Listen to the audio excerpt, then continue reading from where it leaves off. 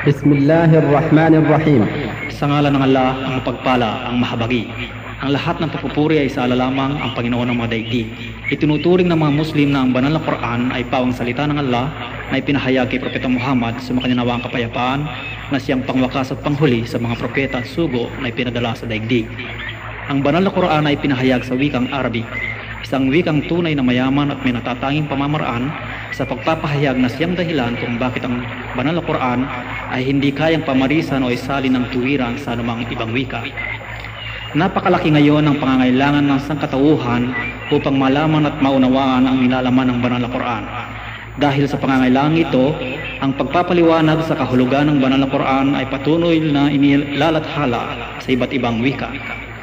Ang Cooperative Office for Call and Guidance Batha na may tanggapan sa Riyadh sa pakikipagtulungan ng SCAG Philippines ay naghanda ng pagbabasa ng ilang maiksing kabanata sa banal na Quran at ang pagbibigay ng kahulugan nito sa wikang Arabic.